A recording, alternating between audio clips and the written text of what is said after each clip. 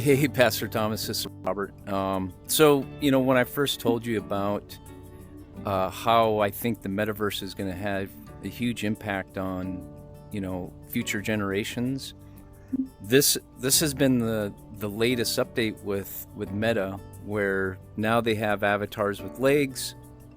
But the thing is now you're able to use the avatars in Zooms. You're able to use them in the metaverse, so I'm just looking at this as a way that I think we can, have a farther reach because just like I was saying to you about the telephone and communications and stuff. Matter of fact, I may bring you over to kind of like how I teach analogies and stuff like that. So let me just show you something here, how I would say the metaverse it's kind of like Netflix, right? So as you can see, you got all this content right here, and people create these worlds and of course, their experiences, so my thought is to take the Bible stories and do the same, right? And create titles. Matter of fact, that's one of my worlds right there. What I want to do is bring you over to a lobby area. Let me do this. Let me find it real quick. I'll just go right into the worlds here so you can kind of see where I see an opportunity with schools or let's just say not necessarily Sunday schools, but doing teachings and preachings and sermons and everything. We can build out. So this is like the big city right here, where we can build worlds in here and experiences. So let me take you over to an experience I've been working on. This is a real estate group that I'm working with called Admazo, and they're looking at using the metaverse as a way to do consultations, meet clients to where they can show them, inside the homes and stuff with using a VR headset. So the VR headsets have cameras on them where you can actually go pass-through mode and you can actually show someone an actual house. Okay, so this is the Mazoverse. Let me just quickly run over here.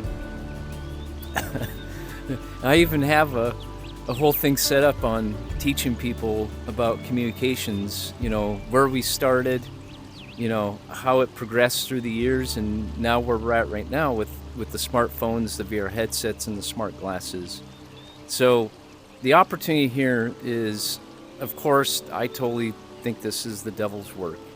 I believe that this is Satan's way of, blinding people's faith with his ingenuity, and I just want to beat him at it. I want to be like, oh, you want to try to keep the Lord out of the metaverse? Well, I'm going to bring the Lord into the metaverse because I know how. And it really is, it comes down to the individual understanding how to use this technology. So there is a learning curve with this, right? So I'm just going to pop up a dashboard. So this dashboard right here is all about the metaverse, and there's so much that just to learn all this, it's going to take time for people to learn. So that's why Zuckerberg hasn't had, a huge, people are paying attention to this, but, they still got to learn how to use this, right? And, so going from the TV control that people would use to switch the stations, same thing here. This is how people are going to switch their experiences. So as you can see, I got my avatar here. This is like the Netflix of experiences, and then I got all the people that I'm connected with where I can invite them into my worlds just by texting them or calling them. I can call any of these people inside the space if they're online with their, inside their accounts, right? So the communications definitely have come a long ways, and it's, it didn't take long though, for us to get to that point, so from 2025, look at that. We're literally where we can bring ourselves into a phone call three-dimensionally, So let me show you, let me see here. let me just show you some things that it's still not developed, but it's got my concern. So this right here is a bot, and it's going to be able to be programmed to be like you, be as intelligent as you. And with all these bots that will be in the worlds where they're going to interact with you, talk to you, help you, guide you, this is the automated system that Zuckerberg is building and going to implement artificial intelligence into it, right? So this is only for desktop. I don't have the application to work in the VR headset yet. But if I brought you to, if you used it like your desktop, you'd be able to talk to Annabelle there.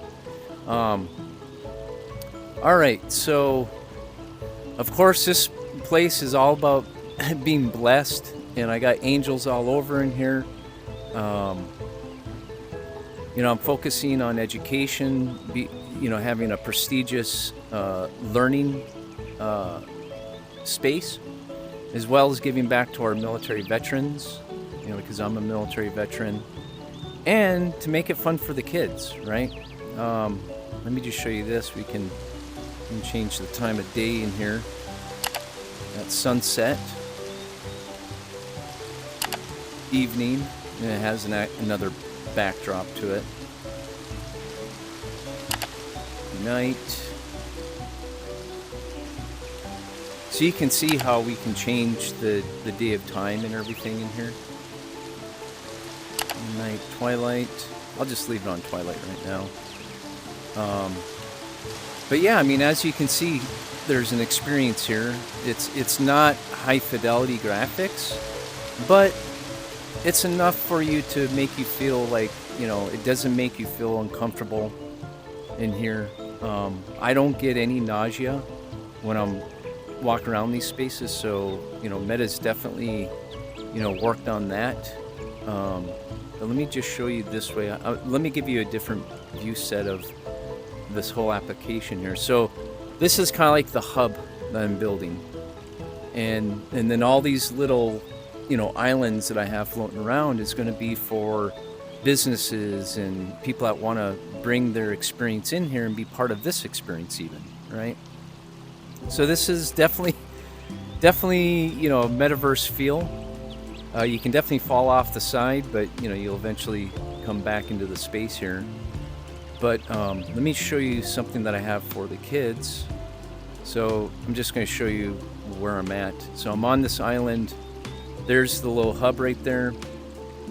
And so this space right here is going to be, for, the first experience that I bring in here. This will be their space. And I definitely want to have fun for the kids to come in here. So we can make this family fun, family friendly, where the parents can come in, learn things, go to church, take courses, and connect with other businesses, right? So this is what I was trying to do for the Chamber of Commerce, but this is way ahead of their time. They're like, we don't get it, we don't understand this. Why would someone use this application? It's because, well, they'll use the application if there's a purpose for it, right? Anyways, I can put on this jet suit, and I can actually fly around. So, as you can see, I mean, look how fun this would be for the kids, right? Now, I don't know if this would be for adults. Adults would probably use it as well, but the kids would just love to be in a space where their parents are actually there with them, because now they can say, hey, you're in our neck of the woods now, right? But anyways, don't want to take too much more of your time. I just want to show you, kind of give you an insight. I did send you, matter of fact, let me just bring you there. You might not be able to get in because you probably have to download the app.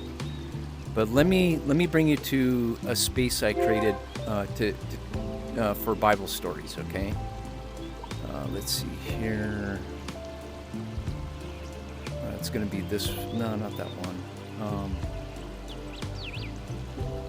I might just have to look for it. I'll type in Red Sea. So now you can see how... Oh, wow, there's a whole bunch of other people I created. Moses in the Red Sea. I'm gonna go check those out. Uh, but let me bring you over to one that I built, and we'll go back to this other one. But Creators that are working on this. So first thing is getting into the actual space here, and what I've done is I've put in the storyline, so in that way there's a narrative behind it. So let me go move forward. I am the Lord, the God of Abraham, Isaac, and Jacob. When my servant Moses tended sheep in the wilderness, I drew him to the mountain that is mine. There I appeared to him in a Okay, flame so of as you fire can from see, within there's a bush. narrative here, Yet the bush was and not we can stay on the narrative, but what we've done is we've stitched everything together to totally tell the whole story about Moses and the Exodus and the Israelites leaving out of Egypt, right? So let me go over here and start that process I am the here. Lord, the God of Israel. I raised up Pharaoh so that through him my power would be made known. Yet he hardened his heart against me. Therefore, I stretched out my hand in judgment, that Egypt might know I am the Lord. First, So as you can see, we have a narrative with it, but also we have a scene where it's kind of like static, but not static to where it is animated. And let me go ahead and take you across that storyline. Okay, so here we are in the space where finally Pharaoh let... So they're leaving out of Egypt right there. And here's Moses right here getting ready to split the Red Sea. So as you can see, it's static as well as it's animated, right? And again, like I said, I'm collaborating with other creators on this. But as you can see, we're able to take people through the storyline right here, right? And they can even stay along with the storyline right here with an actual static display of the story, right? So let me go ahead and let's go to the second one. So this is the Israelites leaving out of Egypt, and the Egyptians, Pharaoh finally says, no, I want them back, So let me go ahead and take you to the next one, which it'll be Moses actually splitting the Red Sea. But just, if you can kind of grasp what we're doing here is we're actually bringing people into the story and actually letting them feel like what it was back then, right? So here's Moses splitting the Red Sea, because the Israelites are like, oh, you sent us to our deaths. We should start digging our graves here, right? Nope. God said, you have little faith, take the staff and split the sea, right? So here we are, got the sea that's split. So this can be here another. We can also go and see what it's like, perspective of the actual Egyptian side, racing to go get Moses. So you can actually go inside the Pharaoh's palace here. Let's go ahead and go back. Just like that. So you can see the Israelites running to the sea.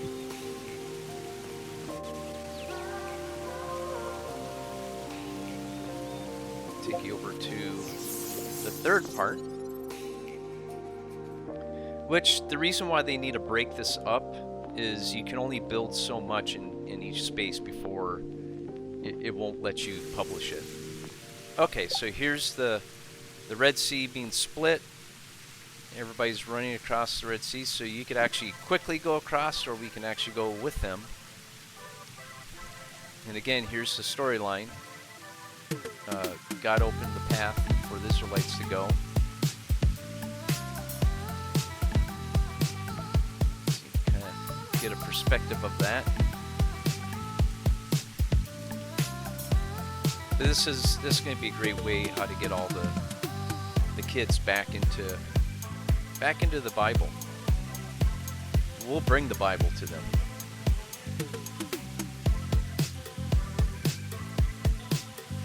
So you can be part of crossing the Red Sea with the Israelites. Come on, let's go. Alright, I'm going to quickly, just like that, so you can see how people cross the metaverse also. And this is the last installment of this scene of crossing the Red Sea. So now you can see that the Israelites made it across. And there's Pharaoh's army getting consumed by the sea. And this is the other part of the story. And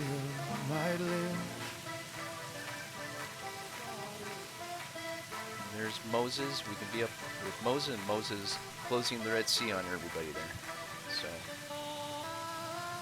alrighty. So I hope you found that. Oh, let me go ahead and I hope you can see how we can animate the stories in here.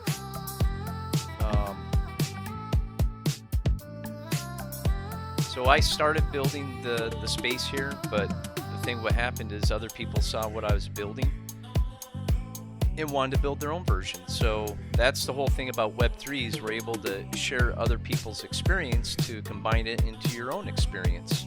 And that's the magic of the metaverse. You know, you don't need to build it all by yourself. You're going to have other people building with you. But I hope you found value in this. And any questions or any thoughts on this, by all means, looking forward to it. So with that being said, have a great day.